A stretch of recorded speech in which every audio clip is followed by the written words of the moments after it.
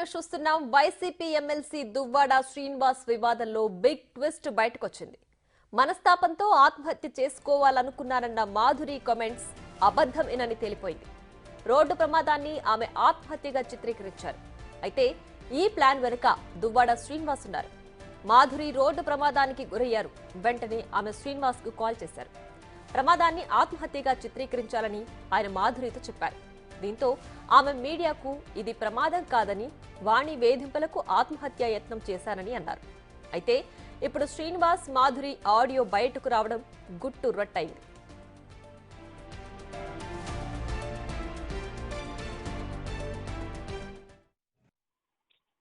Hello ఏమండి? ఎలా ఉందిరా? పర్లేదు. ఏం పని చేసావు నువ్వు? ఎంత పని చేసావు? నాకు అందుకే అడిగి తీసుకెళ్ళి నా మాట వినవు నువ్వు. ఆడికి కూడా ఏదో అయిపోయి ఉండేది. ఇప్పుడు అనుకున్నా నీ ఓట్లు అనుకుంది. హలో, ఓట్లు అనుకుంది. తలకు దెబ్బ తగిలింది. తల అంతా నొప్పిగా ఉంది. కానీ నేను ఇప్పుడు హాస్పిటల్లో పెట్టారా నీకు? అన్నట్టు ఇట్లా ఉన్నాను. ఎక్కడ తీసుకెళ్తున్నారో తెలియదు. అంబులెన్స్ లో ఉన్నావా? రామాచలం నీ వెనక వస్తున్నాడు, దగ్గరికి వచ్చాడు. ఎవరు? రామాచలం ఆల్రెడీ వచ్చాడు. ఈడు కూడా వస్తున్నారు. ఎవరు? అవినాష్ కూడా వస్తున్నాడు. పద్మాకు పంపిస్తున్నాను. నువ్వేం వరి అవ్వకు. నువ్వు అక్కడ చెప్పు. దీన్ని ఏం చెప్తారంటే, నేను కావాలనే సూసైడ్ చేసుకోవాలని చూపించాను. ఆమె దువ్వాడ వాణి చేసినటువంటి అరాచకం 4 రోజులుగా చేస్తున్నటువంటిది నేను చనిపోవాలని నేను గుర్తిస్తాను చెప్పాను. అదొకటే మాట. అదొకటే మాట చెప్పేసి నువ్వు అలా ఉండిపో. నేను డాక్టర్ ఇవన్నీ నేను చూస్తాను. కావాలని అందరూ వస్తే నేను పర్వాలేదు. Don't worry. ఈ మనస్తాపానికి చెంది నేను హైవేలో వెళ్ళి గుద్ది చచ్చిపోదాం అనుకున్నాను. నన్ను ఎవరు కాపాడుతారు? అదేవాడు కారణం దువ్వాడ వాడి. ప్రెస్ కి పంపించండి. చేతికి ఇప్పుడే చెప్తాను. నేను దిగినప్పటికే. ఎవరికి? ప్రెస్ కి. నువ్వు ఎమోషనల్ కావు. నువ్వు స్లోగా చనిపోవాలనుకున్నాను. ఇప్పటికీ నేను అంతే, పంపించండి చెప్తాను ఇప్పుడే. యాక్సిడెంట్ తప్పింది అనేసి యాక్సిడెంట్ చనిపోదామని నాకు నేనే చూపించాను. అభికి చెప్పి అర్జెంట్ గా చేసి పంపించమని. బానే ఉన్నాను. ఎయిర్ బెలూన్స్ అన్ని ఓపెన్ అయ్యాయి. అవినాష్ వస్తున్నాడు. హేమ వస్తున్నాడు. ఫస్ట్ గారు హేమచంద్ర వస్తున్నాడు. ఫస్ట్ డ్రెస్ వాళ్ళకి అవినాష్ చెప్పి జీహెచ్కి అర్జెంట్ గా వెళ్ళమనండి. సూసైడ్ అటెంప్ట్ చేసిందని చెప్పి మనండి. అభికి ఎవరికి ఒకరికి ఇచ్చారు. నీ దగ్గరికి అర్జెంట్ గా నేను ఆల్రెడీ మెసేజ్ పాస్ చేయించేస్తాను. చేసి త్వరగా చేసి చెప్తాను. త్వరగా చేసి. అలాగే బానే ఉన్నాను. నేను తలకి కొంచెం స్వెల్లింగ్ ఉంది అంతే, ఇంకేం లేదు. కొంచెం లిప్స్ కి దెబ్బ తగిలి బ్లడ్ వచ్చింది అంతే. కారు స్క్రీన్ బట్టి నీకు మేజర్ అయిపోతుంది. కారు బాగా బాల్తో పెడుతుంది కదా. ఆ రోడ్ నుంచి ఈ రోడ్ కి పల్టీ కొట్టేసి ఏంటో మరి లక్కీగా ఎవరో వచ్చారు. లేకపోతే పెట్రోల్ లీక్ అయిపోయి లోపల అంతా గ్యాస్ ఫామ్ అయిపోయింది. ఊపిరి తీసుకోలేకపోయాను. నువ్వన్నీ మాట్లాడుతాను ముందు ప్రశాంతంగా ఉండి. హాస్పిటల్ వచ్చారు. హాస్పిటల్ దగ్గరికి అందరూ వస్తారు. నా ఫోన్స్ ఎక్కడ ఉన్నాయో తెలీదు. ఫోన్ అన్ని నా ఒక కానిస్టేబుల్ దగ్గర ఉంది, నాకు ఇస్తాడు.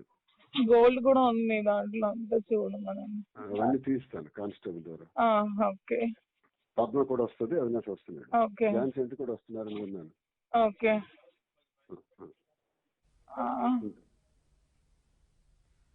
ఆడియోపై దువ్వాడ శ్రీనివాస్ భార్య వాణి రెస్పాండ్ అయ్యారు.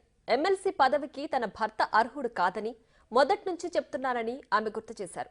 ఇప్పటికైనా వైసీపీ అధినేత జగన్ సరైన నిర్ణయం తీసుకోవాలని వాణి కోరారు.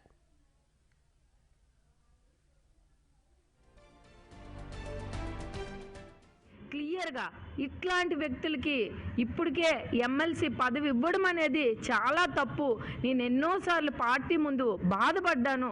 సార్, ఈయన కరెక్ట్ వ్యక్తి కాదు, పార్టీకి నష్టం కలిగించే వ్యక్తి, ప్రజలు నచ్చడం లేదు, కార్యకర్తలు నచ్చడం లేదు, ఇట్లాంటి వ్యక్తికి దయచేసి మీరు టికెట్ ఇవ్వకండి, నన్ను ఇబ్బంది పెడుతున్నాడు, నా పిల్లల్ని ఇబ్బంది పెడుతున్నాడు అని కూడా నేను చెప్పినప్పుడు కూడా జగనన్న టికెట్ ఇవ్వడం జరిగింది.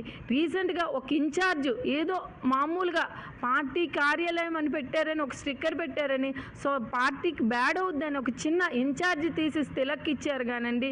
ఇంకా ఆయనకి పార్టీ నుండి సస్పెండ్ చేసి ఎమ్మెల్సీని కూడా టెర్మినేట్ చేస్తే పార్టీకి మైలేజ్ వస్తుందని, టెక్కల్లో పార్టీకి కూడా మైలేజ్ వస్తుందని నేను రిక్వెస్ట్ చేస్తున్నాను. ఇప్పటికైనా జగనన్నకి నా రిక్వెస్ట్ ఒకటే, దువ్వాడ శ్రీను అనే వ్యక్తి మీద ఇమీడియట్గా యాక్షన్ తీసుకుంటే నాకు నా పిల్లలకి న్యాయం. ఏమండి ఎలాగుందిరా? పర్లేదు.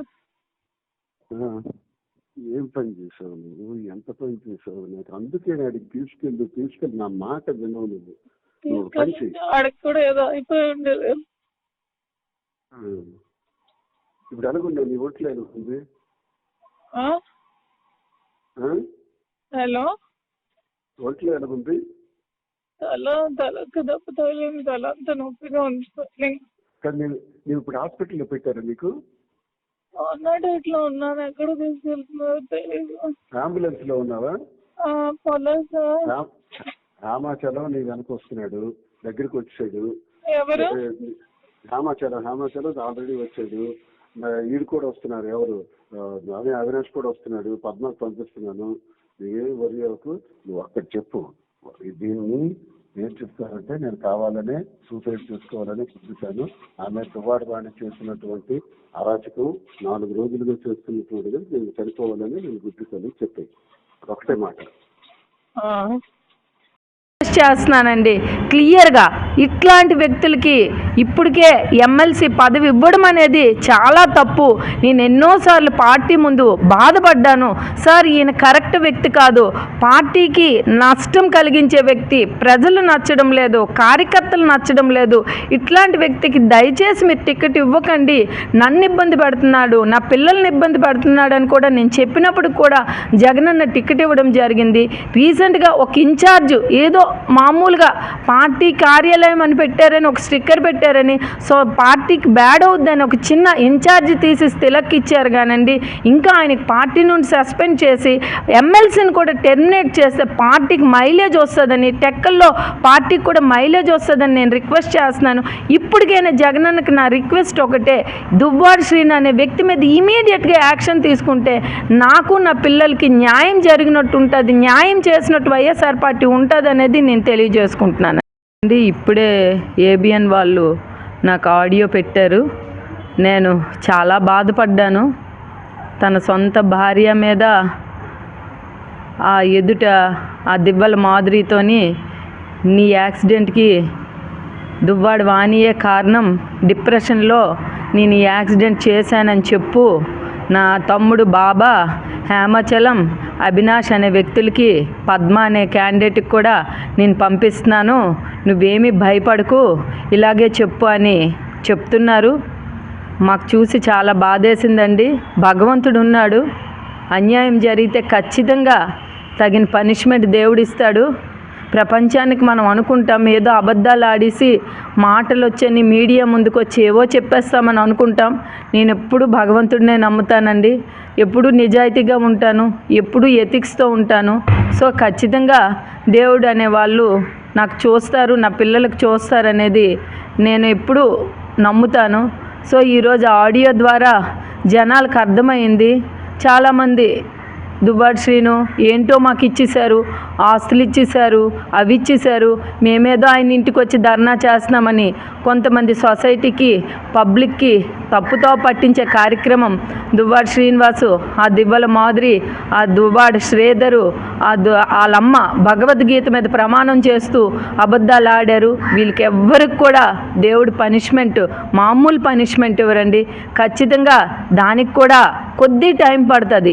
ఎప్పుడైనా అబద్ధం తొందరగా జనాల్లోకి వెళ్తుంది, నిజం అనేది కొద్దిగా లేటుగా వెళ్తుంది అనేది అనిపిస్తుంది. కానీ ఎప్పుడవని నిజం గెలుస్తుందండి.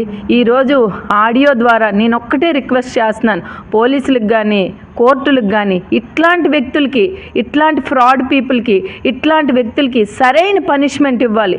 30 years నేను ఎంటైర్ నా లైఫ్ని సాక్రిఫైస్ చేస్తూ నేను ఎన్నో కష్టాలు పడ్డాను. పొలిటికల్గా కానీ అన్ని రకాలుగా కూడా, ఆర్థికంగా కానీ ఎన్నో రకాలుగా కుటుంబానికి నేను సపోర్ట్ ఇస్తే ఈ 30 సంవత్సరాల వయసులో, అంటే నాకు 50 ఆయనకి 60 రీచ్ అవుతున్న టైంలో వాళ్ళ అమ్మ వాళ్ళ తమ్ముడు ఈ దివ్వల మాదిరి అనే వ్యక్తికి ఇల్లీగల్ అఫైర్ తన కొడుకుతో అటాచ్ చేస్తూ నన్ను నా పిల్లల్ని దూరం చేస్తూ వాళ్ళు ఈరోజు ఈ ఇంటిలో ఉంటూ నన్ను నా పిల్లల్ని ఈ షెడ్లో ఉంచే కార్యక్రమం చేశారండి. ఖచ్చితంగా ఇంకా ఈ పనిష్మెంట్ కాదు, ఇది ఆడియో ఇంకా రకరకాలు చేశారండి. అవి ఇంకా లేట్గా ఇంకా కొద్ది టైం పట్టుకునే దువ్వాడ శ్రీని స్వభావం ఏంటి, ఆ దివ్వల మాదిరి స్వభావం ఏంటి, ఆ దువ్వాడ శ్రీధర్ చేసిన ఆ తప్పుడు పనులు ఏంటి పలాసలో, ఆ దువ్వాడ లీలావతి, ఆ దువ్వాడ శ్రీని వాళ్ళ అమ్మ ఎలాంటిదాయో